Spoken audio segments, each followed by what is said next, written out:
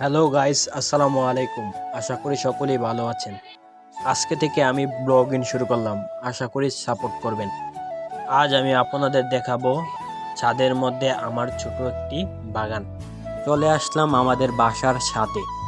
এখানে আমরা কিছু ফুল গাছ এবং সবজি গাছ রোপণ করেছি।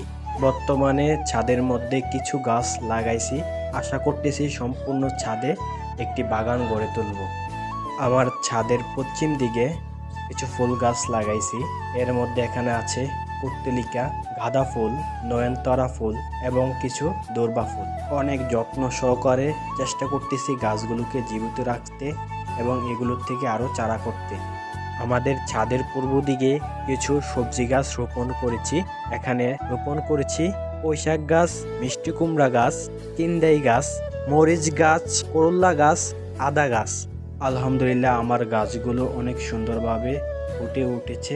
আশা করতেছি খুব দ্রুত সবজি গাছগুলো থেকে ভালো ফলন পাবো। আমার বোন ইকরামণি গাছগুলোকে যত্ন সহকারে পানি দিয়ে দিচ্ছে।